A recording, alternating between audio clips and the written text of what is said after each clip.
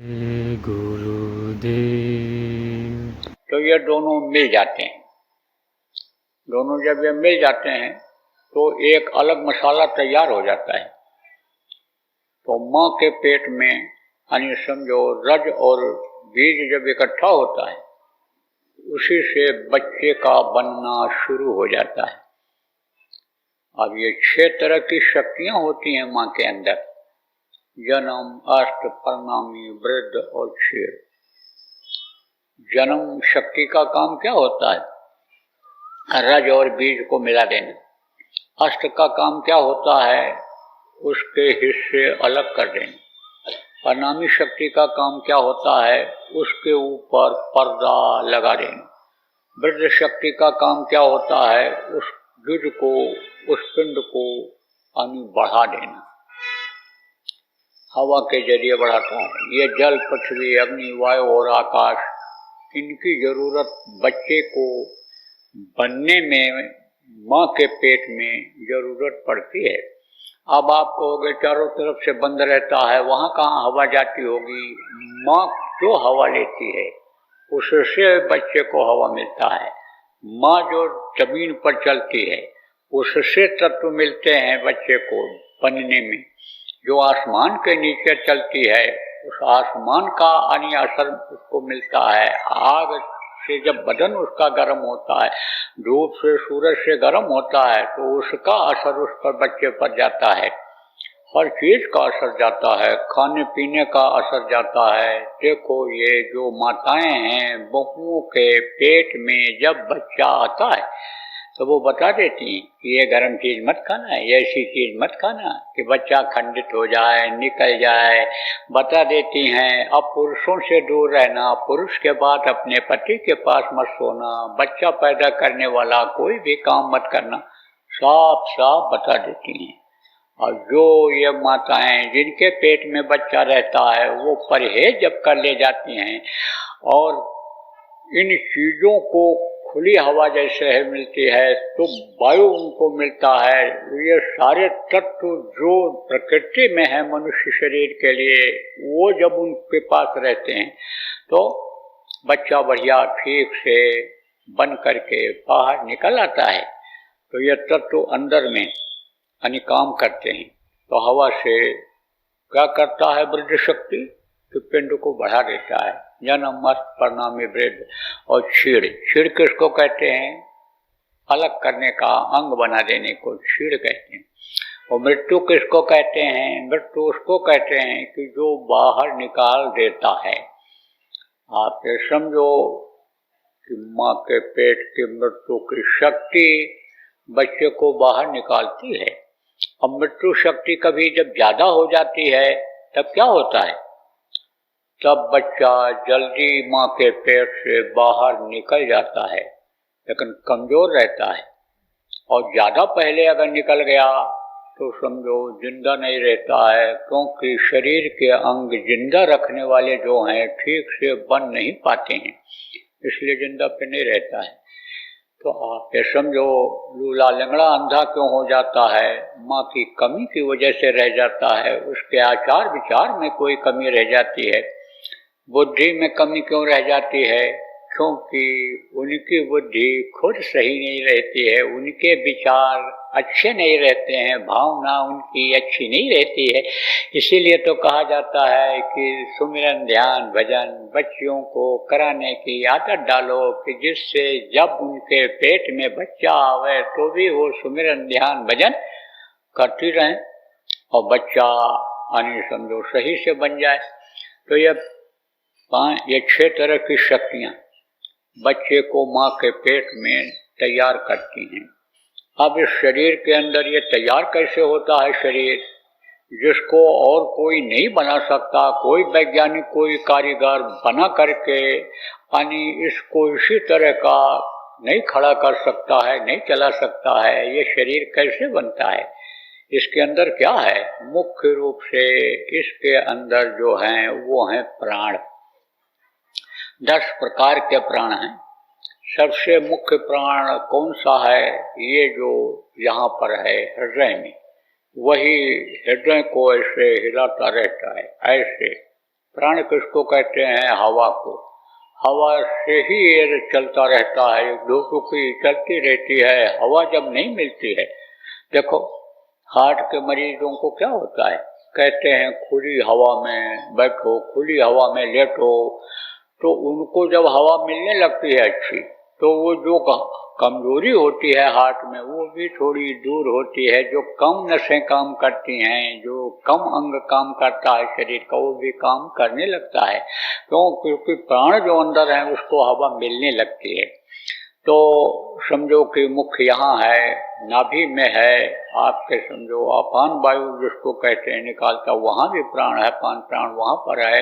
ये जो पलकें चलती हैं, ये जो नींद आती है, ये जो जमुआई आती है, इन सब का काम कौन करता है, कराता है? ये हवा ही कराती है, प्राण ही कराते हैं। तो 10 प्रकार के प्राण हैं। और आप ये समझो कि नसें बहुत हैं, नाड़ियाँ 72,000 हैं और खट चक्र हैं। खट चक्र किसको कहते हैं? चक्र जो चलता रहता है। तो आप ये समझो कंठ चक्र है। आप सबसे पहले समझो कि आज्ञा चक्र है, यहाँ जहाँ जीवात्मा बैठी हुई है, उसके बाद यहाँ पर ये कंठ चक्र है, यहाँ ये हृदय चक्र है, ये नाभि चक्र है, फिर ये जो पेशाब का मुकाम है इसको इंद्रिय चक्र कहते हैं, जहाँ से मल निकलता है, लैट्रिन निकलती है, वो गुदा चक्र कहलाता है। तो ये चक्र हैं, चक्र ही शरीर को चलाते हैं। चक्र जब चलता रहता है, प्राण इनको बल देता रहता है। जैसे कोई चरखी हो, हवा नहीं लगेगी तो नहीं चलेगी, तो ये चरखी जैसा ये चलता रहता है ये, इससे ये शरीर चलता रहता है। और जब चक्र रुक जाता है तो वो स्थान शून्य पड़ जाता है, काम के लायक नहीं रहता है, वो शून्य पड़ जाता है। तो ये चक्र से ये शरीर चलता रहता है। और ये इंगला पिंगला सुषुम्ना, ये 3 नाड़ियां हैं, ये यहाँ शरीर की हड्डी से होकर के यहाँ तक गुदा तक आती हैं, ये इसको चलाती रहती हैं। वही नाड़ियाँ, वही नसें जो हैं उनके नज़दीक इधर की उधर एक दूसरे के ऊपर चढ़ जाती हैं, तो बहुत दर्द करता है, जल्दी ठीक नहीं हो पाता, क्योंकि इतनी पतली नस होती है कि वो उसमें भी नहीं दिखाई पड़ती, किसमें मशीन में। डॉक्टर परेशान हो जाता है, कहता ऑपरेशन कैसे करें, ये तो दिखेगा नहीं नस, और अगर पैसे के लालच में किसी ने कर दिया तो समझो और तकलीफ बढ़ जाती है, उठना बैठना भी मुश्किल हो जाता है। इसीलिए तो कहा जाता है भाई संयम नियम का पालन करो। संयम नियम का पालन करोगे तो शरीर ठीक से चलता रहेगा, कम खाओगे, कम खाओगे, सुखी रहोगे। इसीलिए तो कहा जाता है। तो यह मनुष्य शरीर जो है इस तरह से बना हुआ है।